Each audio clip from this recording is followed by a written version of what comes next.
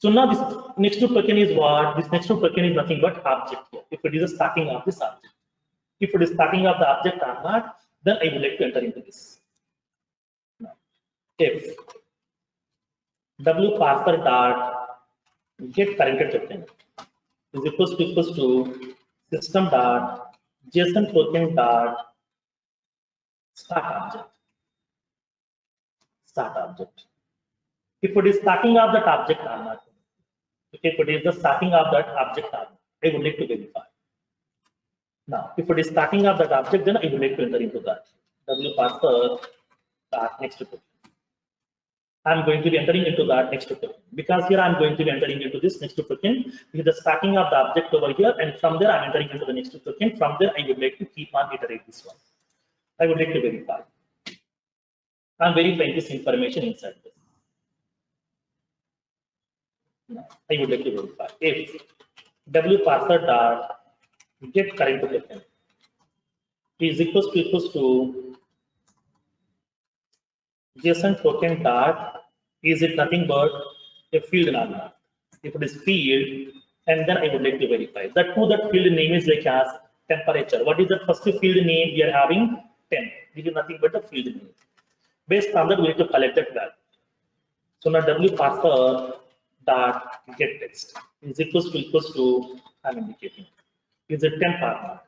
If it is available, then I would like to go to that next one, next to token, then I would like to collect the value inside this. That value I would like to represent on my Visual Force page inside this. So we are going to be using that next parser dot next token. And from there I would like to collect this value. W parser dot get text.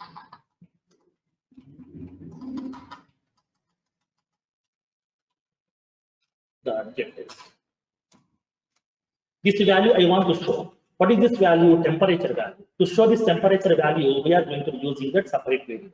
To represent on my Visual Force page, I'm indicating public string temperature. I'm indicating get inside. Public string minimum temperature. I'm indicating get inside. Public string maximum temperature. I'm indicating get inside. So we'd like to collect this information.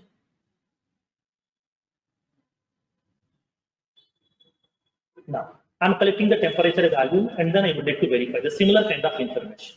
I want to store this information inside my variable temperature. Okay, temperature equals to I would like to indicate W parser dot get text. Like the similar way, I'm going to be writing the code for the remaining parameters. So what is the parameter names inside this? The parameter names are nothing but temperature minimum. Temperature minimum. We can able to collect the value, we can able to pass. And then temperature maximum. Temperature maximum. So I want to store this value inside my variables. Minimum temp and the maximum temp.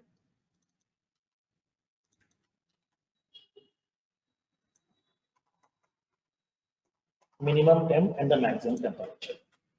So we can able to collect this information. Like the similar way, we can able to fetch the data for the pressure and the humidity also. Pressure and the humidity. So what is the values are available for the pressure? We are having that E is the pressure.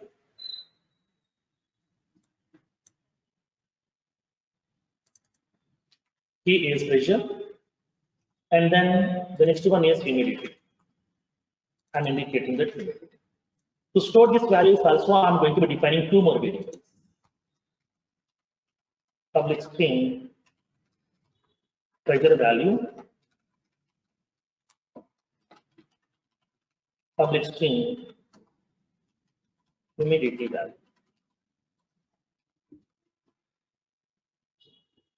Now, I want to store these values inside my variables.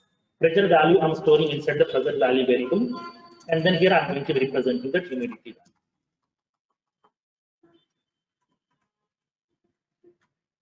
I'm using this copy and paste here because already you know this concept. I already have given the examples also. Though you might have the experience, that's what here I'm not writing the complete code. Okay. So once the values are available, then I would like to represent these values inside the result first page.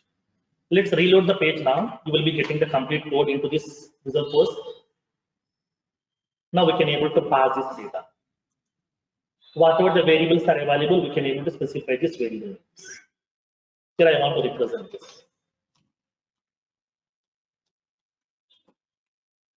Okay, the temperature value and the maximum temperature and the pressure value and the humidity value. City name I'm going to be indicating the city name parameter.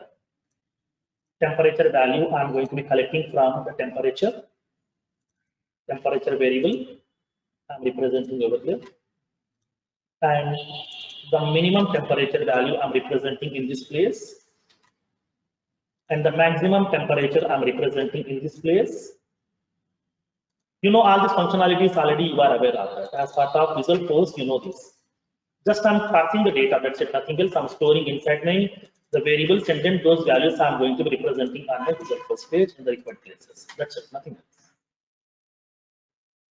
Okay. Now I have placed that whole information. City name also I have placed, and then temperature value, minimum temperature, maximum temperature, pressure value, humidity, and everything. Now let's test the functionality now. I'm using the city as some Bangalore. When you click on this get the details, you can able to get the temperature information. So now city name I'm getting over here, temperature value. These values are getting null. Minimum temperature, maximum temperature.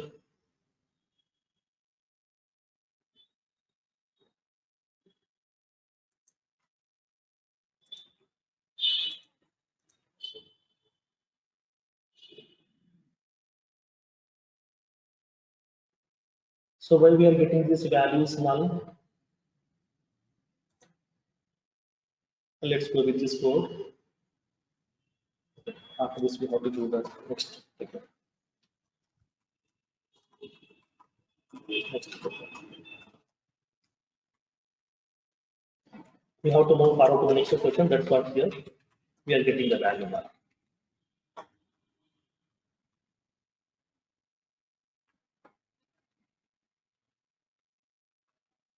Yes. So now let's see. I'm indicating the value of some Chennai. Click on get details. Then still we are getting this.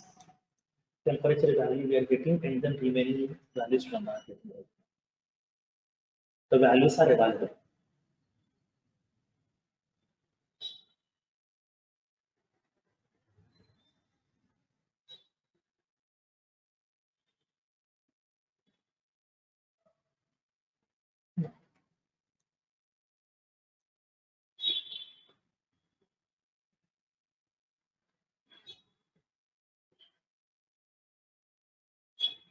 Temperature value we are getting the, and then JSON token dot field name, and the get text equals to temperature minimum temperature. We are going to next token, and we are going to be collecting this value I'm storing inside the minimum temp variable. Minimum temp also it has been set with that get and set. I think we move to another next token. There is a field like is there. Because it is having, we are having the field like is also there. Let me add Yes. for this one also. So after the temperature, we are having the field like temperature is also available. Let me collect this feels like.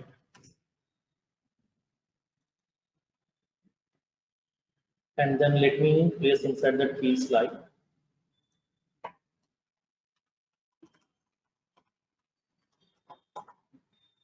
Feels like. Get inside. I'm storing inside this variable.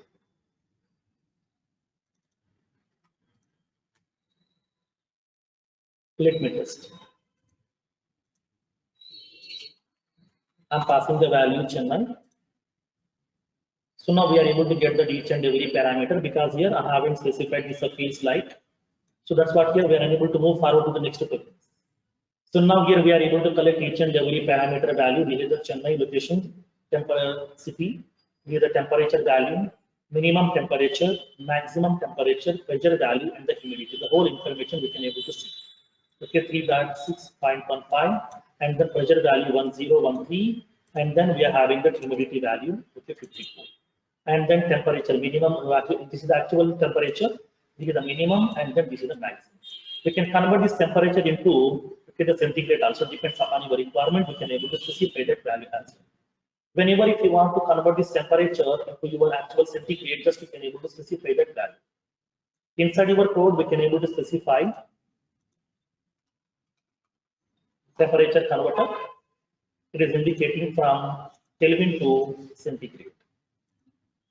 You can specify minus 273.15. I'm indicating. So now I am going to be collecting this value. But in this case, what needs to be done is here we are going to be collecting the get text, nothing but text value directly we are collecting over here. But we have to collect into the actual decimal format. By collecting into the decimal format, we can able to do that the negative, nothing but here. Minus in the sense this is purely the arithmetic operator. Arithmetic operators can be done purely on the numerical values. So that here whatever the temperature value that I'm getting over here, that is purely nothing but is purely a numerical value. That is nothing but decimal value. So now for this decimal value, we need to get that method, get decimal value, and based on the decimal value, we can able to represent. Let me show you that code also. So now here I'm indicating this. Instead of using this get text, I would like to use get decimal value minus, I would like to specify 273.15. I'm collecting this whole value. Plus, I'm going to be indicating the centigrades. I'm indicating this. Now, the similar kind of code I would like to write for the remaining also.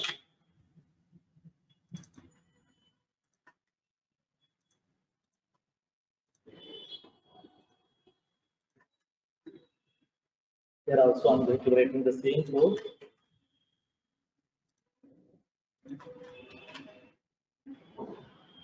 But the pressure humidity matter. Let's see. So now here I'm indicating that value from Bangalore. So instead of showing the temperature in the kelvins, you can able to show in the form of the centigrade. That is indicating average is 32, and then minimum temperature, maximum temperature, and then pressure value and the humidity value. Suppose, for example, I'm getting the temperature of some Mumbai. Get the Mumbai temperature over here. You can see the 31 temperature. The average minimum is 30, maximum 32, average is 31, and the pressure value, humidity value. I'm using that like as some Pune. Get the weather details. You can able to see 34.65. Here is also 34.65. This is the pressure value, humidity value. Like that, here we can able to collect the weather information by connecting to the third-party web service by importing.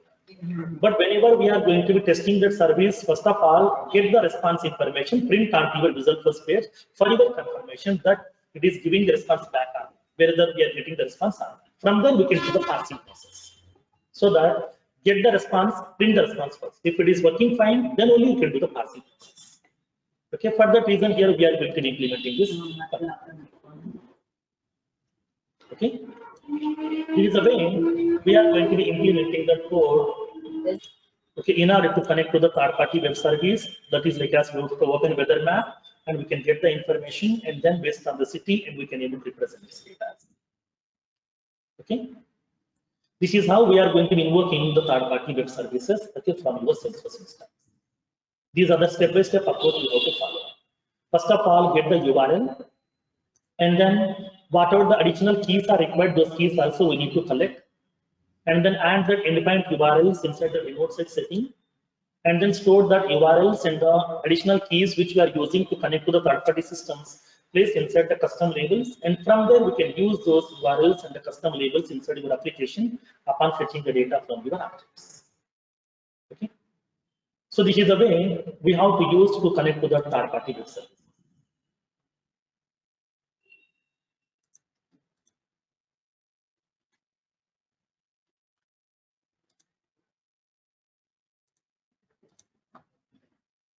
Clear? No. So in tomorrow's session, we'll see the concept of authentications. So what exactly that open authentication, what is the OR, and then how can we connect to that protected systems through OR authentication with the username and password flow. We'll see practically. Tomorrow it will be, session will be going up to 2 because the process is a bit lengthy process. So it will involve multiple steps. So I need to give the information about each and every step one by one so that it will take some time. So tomorrow session will go up to 2 o'clock. So please be available for the session tomorrow. That is the most important one because in the entry point of view, you can explain if anybody asks a question, so have you worked on REST or not? You can say confidently, yes, we have worked on the REST. Then they will raise the question, have you consumed the third-party web services or have you invoked the third-party web services? We can say yes, both. We have implemented our own services and then we have consumed the third-party services also. At that time, how you are consuming the third-party web services, then they will raise the question mandatory. So at that time, we have used open authentication protocol. Then which flow that you have used? You can say username password flow. Then they will ask you to explain the process. They will ask you to explain the steps so that we could be able to ready with the steps over here. How to implement, we'll see practically. So there we'll see the concept of the connected apps, how to create the connected apps, how to generate the consumer key and the consumer secret, and then how can we connect to the authorization server by using that URL. How can we get the access tokens, and then how can we connect the actual resource? We'll see practically in tomorrow's session. Tomorrow we'll need to take up 2 Salesforce instances, how to access that web service which are prepared right now, okay, from another organization by using open authentication. Okay.